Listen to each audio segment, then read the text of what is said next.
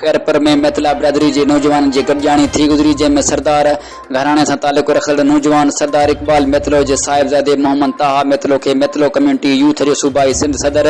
मोहम्मद वसीम मैतलो खे general secretary सूबाई Sindh, senior कानूनदान एडवोकेट साजिद मैतलो खे खैरपुर ज़िले जो सदर चूंडियो वियो।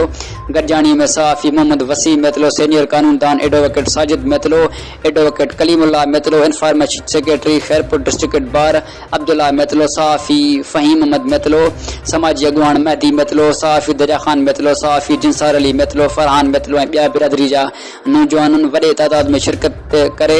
गॾिजाणी में बिरादरी जे नौजवान खे गॾु करण, बिरादरी जे नौजवान खे तालीम ॾियारण, सिहत जूं सहूलियतूं फराहम करण जे लाइ पंहिंजो किरदारु अदा कयो ऐं ॿिनि मामलनि ते ख़्यालनि जी ॾे वठि कई वई।